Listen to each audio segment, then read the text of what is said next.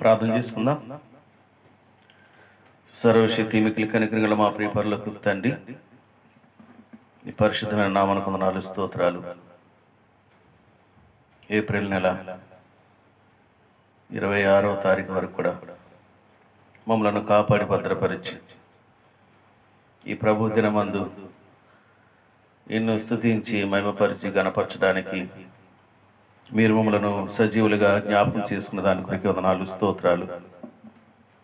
తిరిగి లోకంలో ఉండేటువంటి ఈ తెగులు వ్యాధి బాధలను బట్టి మేమందరము సంగముగా కూడుకోలేకపోయినా మా గృహములను ఆరాధించడానికి నీ వాక్యం రీతిగా మేము యూట్యూబ్లో వినడానికి మమ్మల్ని మేము బలపరచుకోవడానికి ఇచ్చిన తరుణాల కొరకు వందనాలు స్తోత్రాలు. ఈ ఆరాధన సమయం అంతా కూడా దీవెనకరంగా ఉంచండి. వినగల చెవిని, క్రైంపుల హృదయమును వాక్యానుసారమైన ఆరాధన నీ బిడ్డలైన మా అందరికి దయచేయమని కోరుకుంటూ మమ్మల్ని దీవులైన పాదాలుగా అప్పగిస్తూ యేసు నామమున స్తుతించి ప్రార్థించి వేడుకుంటున్నాను తండ్రి, ఆమేన్. పాట పాడుకుందాం. మరి చిన్న పుస్తకాల్లో 3వ పాట యెహోవాయే నాకు వెలుగనే పాట పాడుకుందాం. చివరి 4-5 శరణాలు. మీరు మామూలుగా ఇళ్ళ గృహాల దగ్గర పాట మొత్తం పాడుకోనండి. నేను మాత్రం మరి సమయాన్ని మరి ఇక్కడ యూట్యూబ్లో మరి కుదించాలి కనుక 1-2 శరణాలు మాత్రం పాడుతున్నాను. మీరు పాట మొత్తం పాడుకోవచ్చు. 4-5 శరణాలు.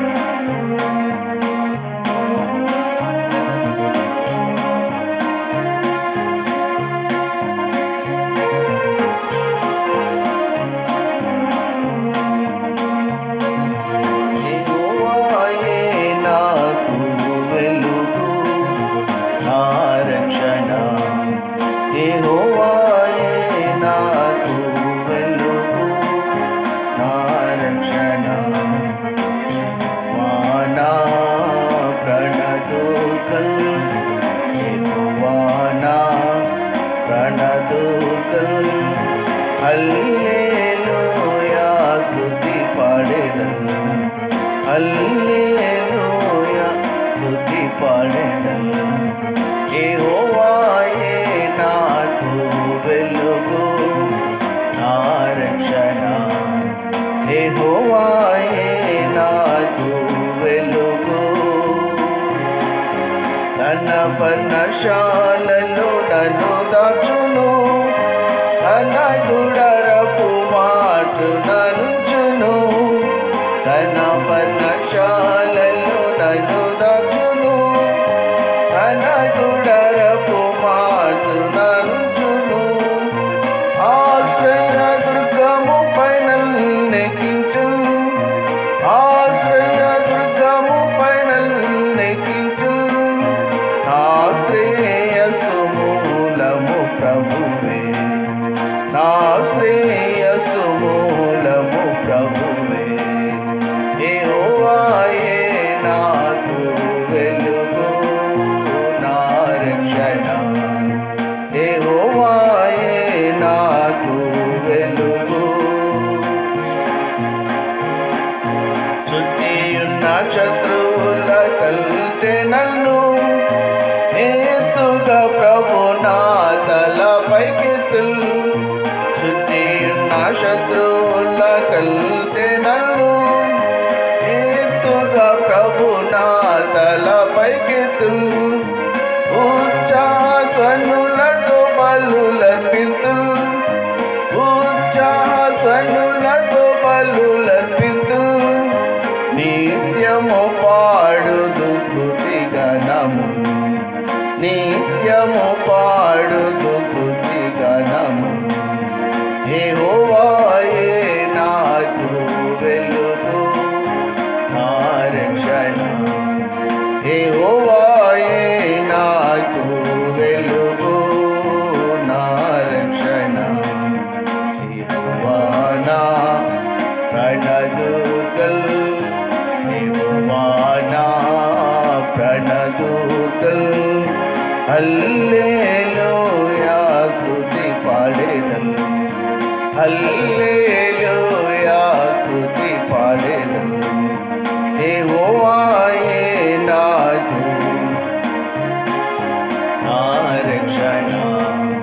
యెహోవాయే నాకు వెలుగు. Praise Lord. ప్రభువైన యేసు నామమున మీ అందరికీ హృదయపూర్వక వందనాలు. అందరూ క్షేమంగా ఉన్నారని తలంచి ప్రభును స్తుతిస్తున్నా. ఈ ప్రభు దినమందు మరి మీరు మీ కుటుంబాలతో కలిసి మీ గృహాల్లో ప్రభువును ఆరాధించవలసిందిగా నేను ఎంతో మనవి చేస్తున్నాను. దేవుని యొక్క మందిరంలో ఏ రీతిగా మనము క్రమముగా సమయానికి చేరతామో ఆ రీతిగా సమయానికి ప్రభు సన్నిధిని చేరి ఆయనను మహిమపరిచే వారముగా ఉందాం. ఈ దినం ఆరాధన కొరకై కీర్తన గ్రంథం 16వ అధ్యాయం 2వ వచనం. బైబిల్ తీసిన వాళ్ళందరూ కలిసి చదువుదాం. కీర్తన గ్రంథం 16వ అధ్యాయము 2వ వచనం. మొదటి వచనం కూడా మొదటి 2 వచనాలు. దేవా, నీ శరణుజొచ్చి ఉన్నాను, నన్ను కాపాడుము. నీవే ప్రభుడవు, నీకంటే నాకు క్షమాధారం ఏది లేదని యెహోవాతో నేను మనవి చేయుదును. నీకంటే క్షమాధారం ఏది లేదు. దేవుని ఆరాధించేటువంటి ప్రజలముగా, దేవునిని గణపరిచేటువంటి విశ్వాసులముగా ఆరాధన అనేది మనకు అత్యంత ప్రాముఖ్యమైనది. ఆరాధనను మనం తప్పిపోకూడదు. పరిస్థితులు ఏమైనా, సంగతులు ఏమైనా, సందర్భాలు ఎటువంటివైనా, మనకుండే హద్దుబాట్లు ఎటువంటివైనా, అనగా చివరికి మరణమే మన మీదకు వచ్చిన ఆరాధించుటలో తప్పిపోకూడదు. అది విశ్వాసులంగా మనం గుర్తించవలసిన మరి ప్రాముఖ్యమైనటువంటి సంగతి. ఎందుకంటే మనము పూజించి ఆరాధించి మహిమపరిచేటువంటి దేవుడు ఆరాధనకు యోగ్యుడు, స్తుతి కీర్తనలకు పాత్రుడు, నిత్యము కీర్తింపబడువాడు, ఆరాధనల మీద ఆసీనుడైనటువంటి గొప్ప దేవుడు. అటువంటి దేవుణ్ణి మనం ఆరాధిస్తున్నాం కనుక దేవుడు కూడా ఆ రీతిగా మనం ఆరాధించాలని దేవుడు కోరుకుంటున్నాడు. ఆయన ఆరాధించేవారు ఆత్మతోనూ సత్యముతోనూ ఆరాధించాలని తండ్రి యొక్క కోరిక. అట్టివారు కావాలనని తండ్రి కోరుచున్నాడు. యోహాను సువార్త 4వ అధ్యాయము 23వ వచనంలో చివరి మాట, అట్టివారు తన్ను ఆరాధించేవారు అట్టివారే కావాలని తండ్రి కోరుచున్నాడు. కనుక ఆయన ఆరాధించేవారు ఆత్మతో సత్యముతో యథార్థముగా వినయ భయభక్తులతో విరిగి నలిగిన మనసుతో కృంగిన హృదయముతో దీనత్వముతో తగ్గింపుతో ఆయనను ఆరాధించవలసిన వారముగా ఉన్నాం. ఎందుకంటే పరలోకములో దేవదూతల యొక్క ఆరాధన కంటే రక్షింపబడిన మన యొక్క ఆరాధన దేవుడు ఇష్టపడేవాడుగా ఉన్నాడు. వారి ఆరాధన కంటే మన ఆరాధనకు ఎక్కువ విలువ ఇచ్చేవాడుగా ఉన్నాడు. వారేమో పరిశుద్ధుడు పరిశుద్ధుడు పరిశుద్ధుడని గాన ప్రతిగానముల చేత ప్రభువును ఆరాధిస్తున్నారు.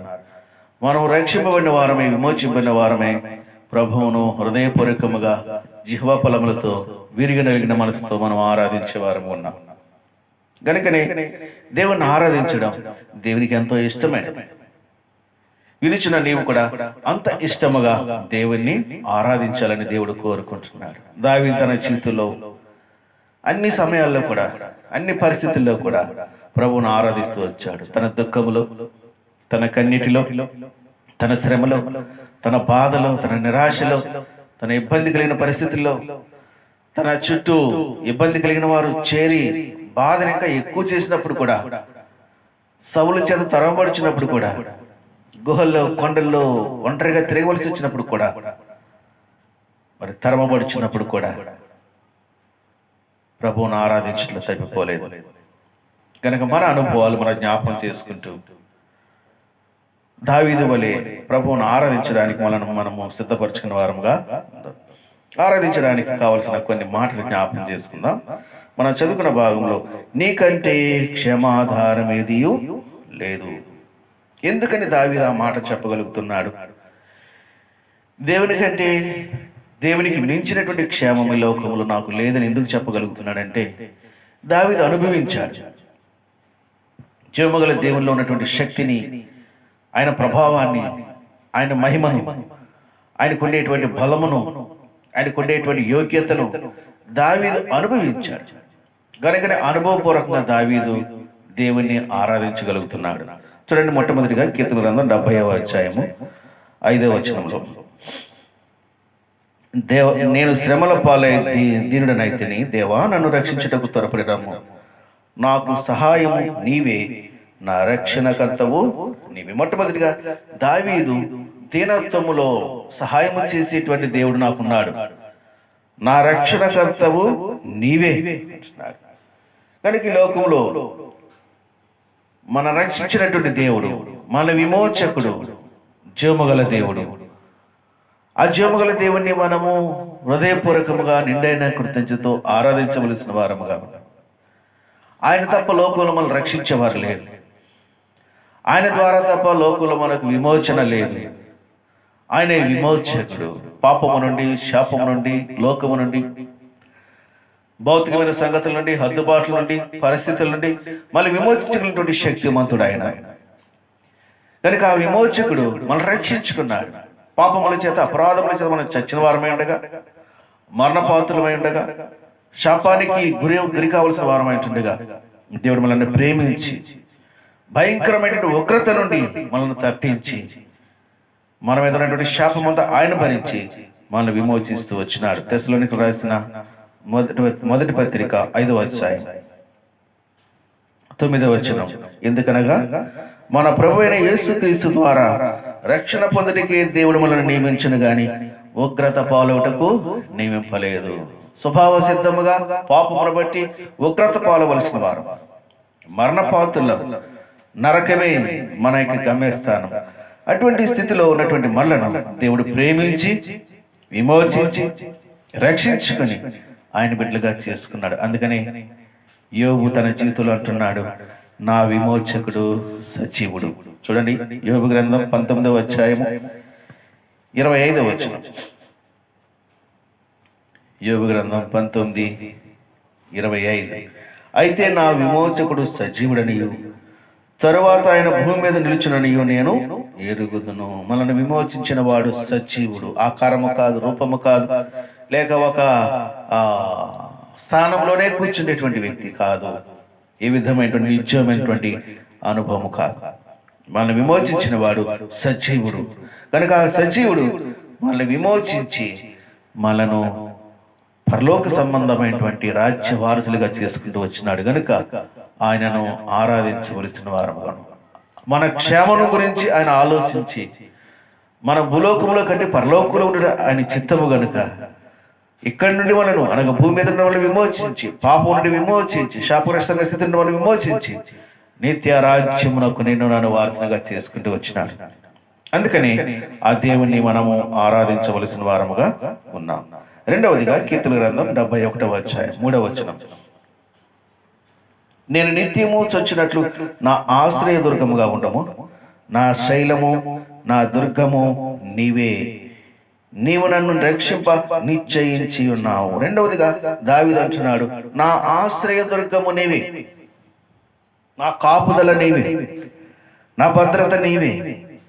కనుక నువ్వు నన్ను కాపాడేవాడవు, నాకు శైలముగా ఉండేవాడవు, నాకు కోటగా ఉండేవాడవు, నాకు అండగా ఉండేవాడవు, నాకు బండగా ఉండేవాడవు, నన్ను బలపరిచేవాడు. ఆయన ఆశ్రయ దుర్గం మీద ఏం చేస్తాడు? తన రెక్కల నీడను మనకు ఆశ్రయము కలుగుతుంది. తన రెక్కల నీడను ఆశ్రయము కలుగుతుంది. కీర్తన గ్రంథం 91వ అధ్యాయంలో మహోన్నతిని చాటున మొదటి వచనం, నివసించువాడే సర్వశక్తిని నీడను విశ్రమించువాడు. 4వ వచనం, ఆయన తన రెక్కలతో నిన్ను కప్పును, ఆయన రెక్కల క్రింద నీకు ఆశ్రయము కలుగును.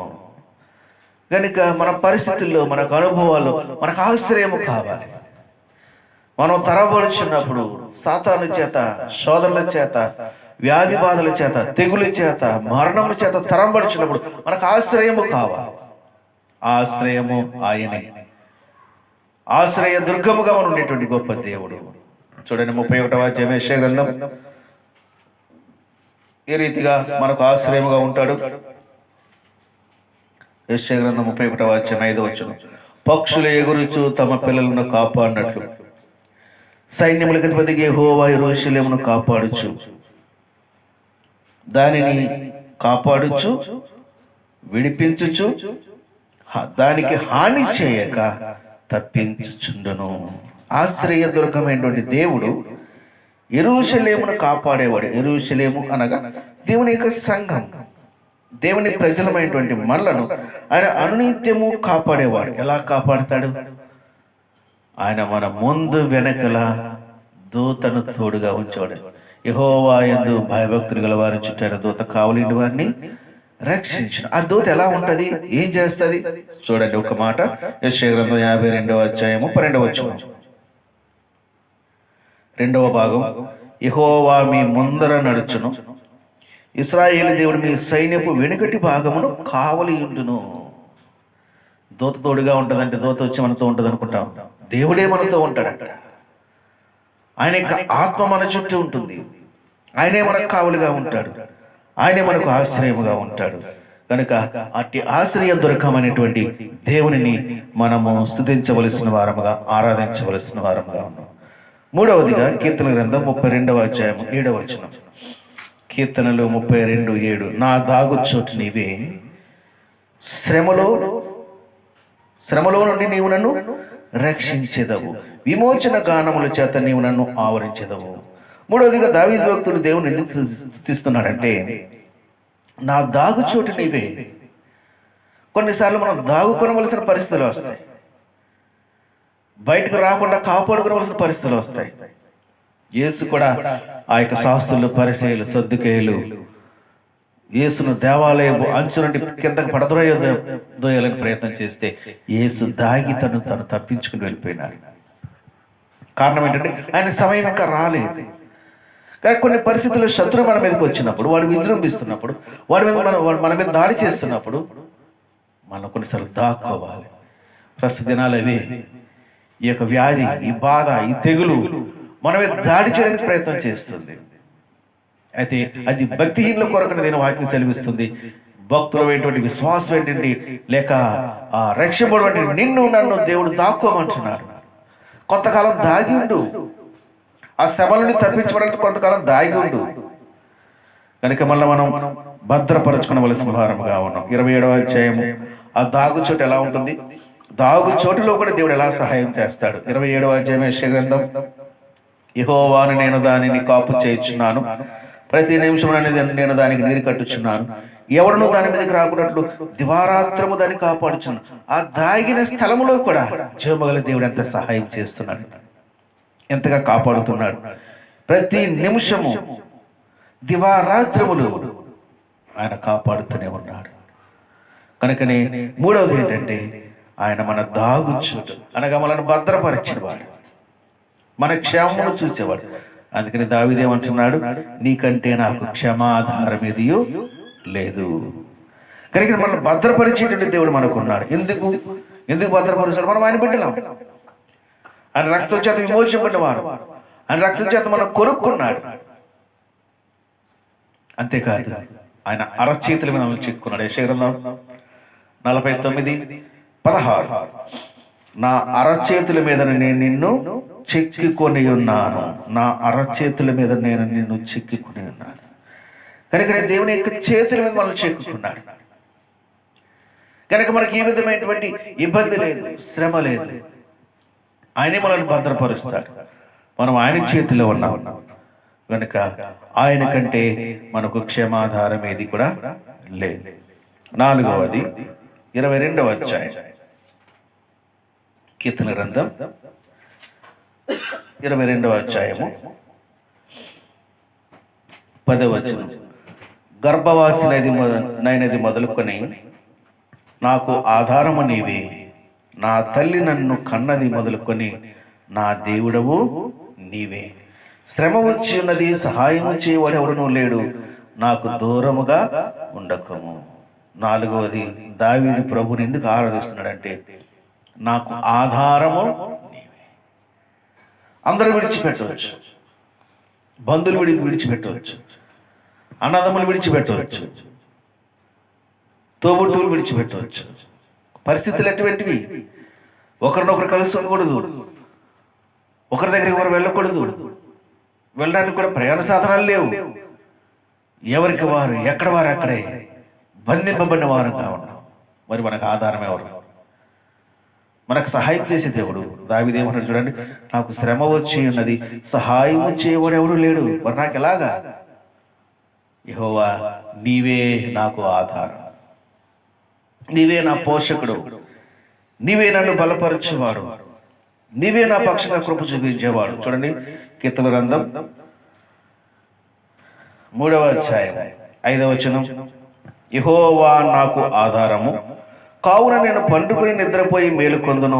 10,000 మంది దండెత్తి నా మీదకి వచ్చి మోహరించినను నేను భయపడను. యెహోవా నాకు ఆధారం. ఈనాడు నాకు ఆధారం ఏంటి? నేను ఎలాగ, నా పరిస్థితి ఏంటి, నా సంగతులు ఏంటి? ఒంటరినైపోయాను, చిక్కుకుపోయాను, ఎక్కడుండిపోయాను, ఎలాగ నా పరిస్థితి, నాకు విడుదల? దావీదు కూడా అలాగే అనుకుంటూ వచ్చి బహుశా చాలా కాలం సౌలు చేత తరపడ్డాడు. ఆకీష్ దగ్గరికి వెళ్తే అక్కడ సమస్య వచ్చింది. పోనీ అరణ్యంలో కొండలో దాక్కుందామంటే, ఆ అదుల్లా గుహలో దాక్కుందామంటే అక్కడికి వచ్చేస్తాడు సౌలు, తరుముతున్నాడు. అటువంటి పరిస్థితుల్లో దావీదు, దేవా నీవే నాకు ఆధారం. ఈనాడు నీకు నాకు ఆధారం మన దేవుడు. ఆయన మన సృష్టికర్త, ఆయన మన విమోచకుడు, ఆయన మనల్ని రక్షించుకున్నాడు, ఆయన మన పక్షంగా కృప చూపించేవాడు, ఆయన మనకు ఆధారముగా ఉండేటువంటి గొప్ప దేవుడు. అందుకని 146వ అధ్యాయము, కీర్తన 146వ అధ్యాయము 5వ వచనములో, ఎవనికి యాకోబు దేవుడు సహాయుడగునో, ఎవడు తన దేవుడైన యెహోవా మీద ఆశ పెట్టుకును వాడు ధన్యుడు. ఎందుకు? ఆయన భూమిని, ఆకాశమును, భూమిని, సముద్రము దానిలోని సర్వమును సృజించిన వాడు, ఆయన ఎన్నడనో మాట తప్పిన వాడు. అది ఎవరంటండి? ఎవనికి యాకోబు దేవుడు సహాయుడగునో. యాకోబు దేవుడు, ఇస్సాకు దేవుడు, అబ్రహాము దేవుడు, మోషే దేవుడు, హనోకు దేవుడు, హేబేలు దేవుడు, నోవాహు దేవుడు. అటువంటి దేవుడు ఈనాడు నీకు నాకు దేవుడిగా, నీకు నాకు రక్షకుడిగా, నీకు నాకు విమోచకుడిగా దొరికినాడు, నీకు నాకు ఆధారముగా దొరికినాడు. లోకంలో ఎవరు మనకు ఆధారం ఉన్నా లేకపోయినా ఆ జీవము గల దేవుడు నీతో నాతో నిత్యము ఉండేటువంటి గొప్ప దేవుడు. అందుకని దావీదు, నీకంటే నాకు క్షమాధారం ఏదియో లేదు. అన్నదమ్ములు విడిచిపెట్టేశారు, తల్లిదండ్రులు విడిచిపెట్టేశారు, బంధువులు విడిచిపెట్టేశారు, ఒంటరివాడైపోయాడు. ఆయన దగ్గరికి అందరూ మరి ఇబ్బందుల్లో ఉన్నవారు, కష్టాల్లో ఉన్నవారు, సమస్యల్లో ఉన్నవారు, బాధల్లో ఉన్నవారు, శ్రమల్లో ఉన్నవారు, దుఃఖములో ఉన్నవారు, ఏ విధమైన ఆశ్రయం లేని వారు అక్కడికి వచ్చారు. అసలే బాధలో ఉంటే ఇంకా ఆయన చుట్టూ ఇంకా ఎక్కువ బాధలు ఉన్న వాళ్ళు చేరారు. అప్పుడు వాళ్ళందరినీ కూర్చోబెట్టి చెప్తూ ఉన్నాడు, మన ఆధారము మన దేవుడే, ఆయన మన సృష్టికర్త, మనకు పుట్టించిన వాడు, గర్భవాసి మొదలుకొని నాకు ప్రాప కూడా ఆయనే, నన్ను కాపాడుచున్నది ఆయనే, ఆయన మీకు కూడా ఆధారముగా ఉంటాడు. అందుని బట్టి ఆయనను స్తుతించవలసిన వారముగా, ఆరాధించవలసిన వారముగా ఉన్నామని వారందరినీ బలపరుస్తూ ఉన్నాడు. కనుక మొట్టమొదటిగా మన రక్షకుడు ఆయన, మనల్ని విమోచించాడు. రెండవదిగా మన కాపుదల ఆయన, మన కాపాడుతూ ఉన్నాడు. మూడవది దాగుచోటు ఆయనే, దినదినము మనల్ని భద్రపరుస్తూ ఉన్నాడు. నాలుగవది ఆధారం ఆయనే, ఆయన తప్ప ఇంకెవరు మనకు ఆధారముగా ఉండలేరు. ఒకవేళ ఎవరైనా ఉందామన్నా తాత్కాలికమైన ఆధారమే, నిత్యము ఉండేది ఆయన. కనుక దావీదు, నీకంటే నాకు క్షమాధారం ఏదీ లేదు అని ప్రభువును స్తుతిస్తున్నాడు. చివరిగా కీర్తన గ్రంథం 31వ అధ్యాయం, కీర్తన గ్రంథం 31వ అధ్యాయము 4వ వచనం, నా ఆశ్రయ దుర్గము నీవే, నన్ను చిక్కించుకుంటే శత్రువులు రహస్యముగా ఒడ్డిన వలలో నుండి నన్ను తప్పించుము. దావీదు అంటున్నాడు, నా ఆశ్రయము నీవే. కొన్నిసార్లు మనకు ఆశ్రయము కావాలి, మన కాపుదల కావాలి, మన భద్రపరిచేవారు కావాలి. అప్పుడెవరు?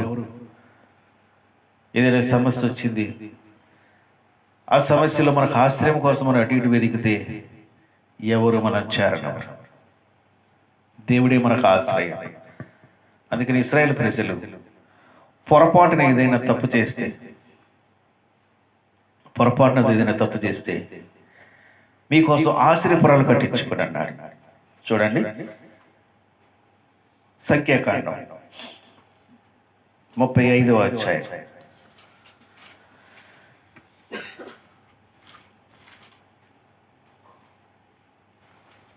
సంఖ్యాకాండం 35వ అధ్యాయము 11వ వచనం. ఆశ్రయపురములుగా ఉండుటకు మీరు పురములను ఏర్పరచుకునవలెను. ఎందుకు?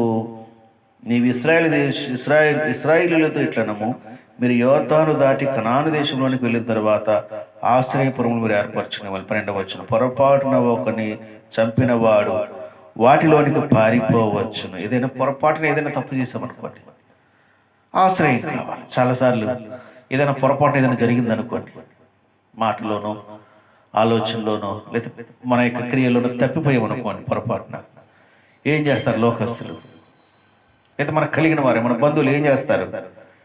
ఆ పొరపాటును కప్పిపుచ్చరు, ఆ పొరపాటును ఎక్కువ చేసి మనకు ఆశ్రయం లేకుండా చేస్తారు. లోక నైజం అది, లోకంలో జరిగే సంగతులు అవి. అయితే దేవుడు ఆ పొరపాటును కప్పి తిరిగి మరలా నూతనమైనటువంటి కృపచేత నింపేటువంటి గొప్ప దేవుడు. అందుకని ఆశ్రయముగా ఉండేటువంటి దేవుడిని ఆయనకు పేరు. ఇశ్రాయేలుతో చెప్తూ వచ్చినాడు, మీరు ఆశ్రయపురములను కట్టించుకుని. తర్వాత యెహోషువ కాలంలో రాజ్యం స్థిరపడిన తర్వాత ఆశ్రయపురాలు కట్టించాడు. చూడండి, 20వ అధ్యాయం యెహోషువ గ్రంథం 20వ అధ్యాయము 7-8 వచనాలు.